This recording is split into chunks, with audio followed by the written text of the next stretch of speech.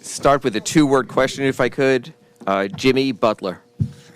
Yeah, where do I start? I mean, that's just elite two-way basketball, that he exhibited tonight. He was doing it on both ends. He had his 1 through 5 where he was guarding everybody on the floor at some point, like Bam always does. And then he was just terrific offensively. I just think I thought he was really assertive. He was making quick decisions. And we really needed that in the second half. They were giving us everything that we thought that they would give us in this game. We felt like this would be, a true, game one. He was just really assertive. Everybody will, talk about the threes, but he just has a knack for making whatever play is needed, for your team at whatever moment. And those were really decisive threes, but his attacks, his playmaking, just settling us at key moments was just really key for us offensively.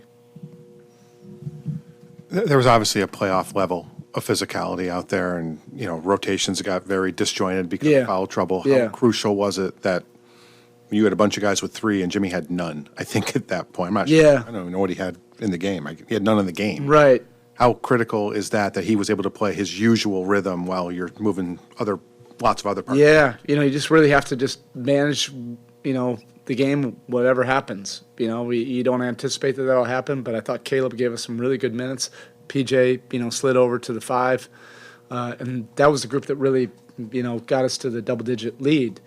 A crazy amount of energy, and then we're playing off of a lot of those misses and, blocks and, defensive stops and just getting out in the open court. And then when we really needed to settle it, everybody knew that the ball was going to Jimmy, and we were able to just really get organized offensively. But that was a big spark for our team that you're not necessarily anticipating that'll happen. But that's the kind of things that really, develop during the playoffs. That's why we always say all hands on deck. You have to be ready at moment's notice. There is no 9-man rotation. It's a full 15-man rotation at any point during the game. You just have to be ready. And we were able to pivot, during, somewhat of an unpredictable foul trouble situation with Bam, and we were able to, turn that into a positive.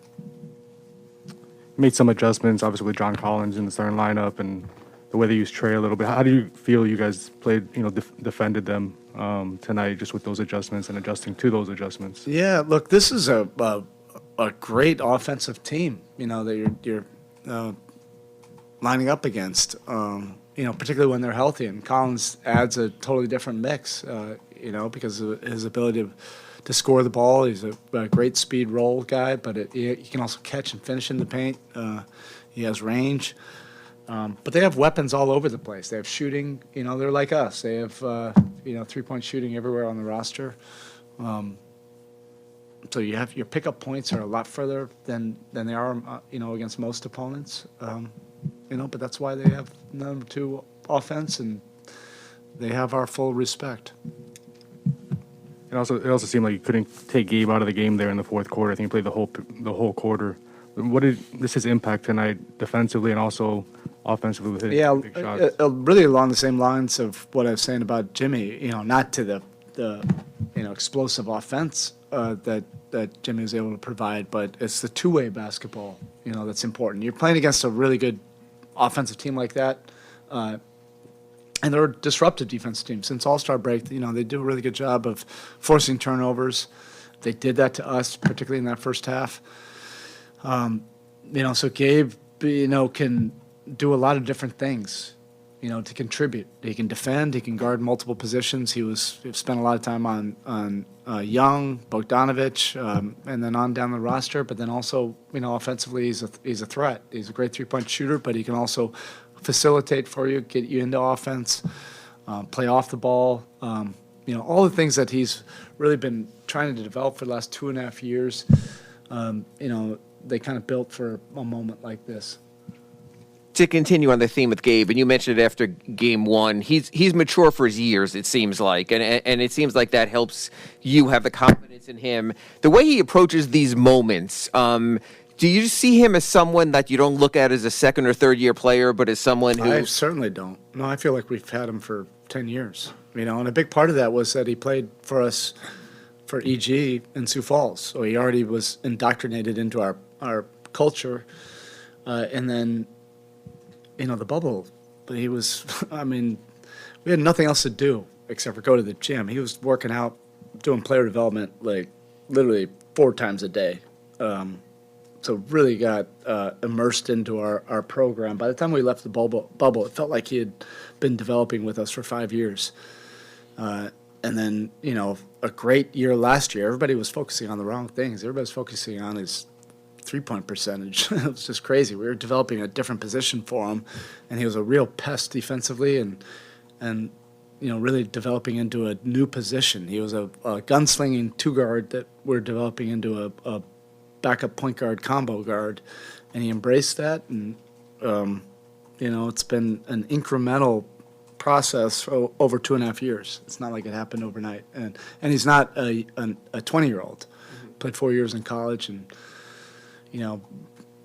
G League for 2 years, and then in our program for 2.5 years. So to me, he's a vet.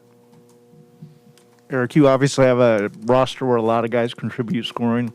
But on a night like this where Jimmy's having this night, do you ever say to him, okay, you take over, or do you feel like he's thought that himself? Okay, I'm just gonna take over now. That's kind of unsaid.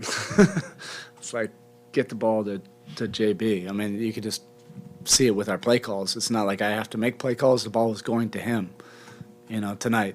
But that's also the beauty of our team. It might be Tyler the next game going down the stretch. It might be Kyle making big plays. It might be Bam, really stepping up and making a bunch of plays. That's how our team is built, and that's how we've operated all season long. But Jimmy stepped up in a big way tonight on both ends of the court. Just equally as impressive as his offense, he did some amazing things defensively.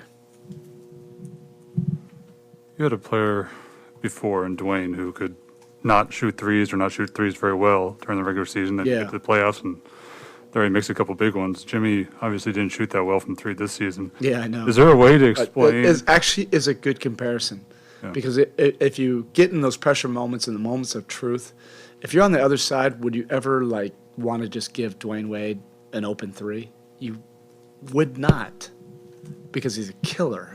He's gonna seize that moment, and Jimmy has a lot of those same qualities. You can say whatever the percentage, throw those all out. When it becomes about winning, they'll find a way to kill you. You can look at a scouting report, look at numbers, but that's when they kill you the most. And the next game, it might be the free throw line, it might be the attacks, it might be playmaking. That's part of his genius.